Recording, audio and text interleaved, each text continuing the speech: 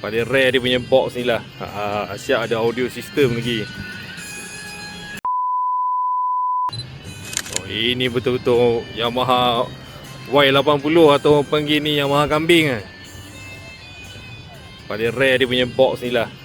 Asyik ada audio system lagi.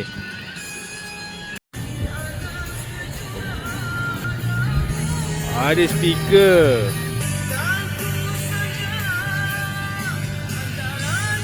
Siap ada solar lagi dekat atas.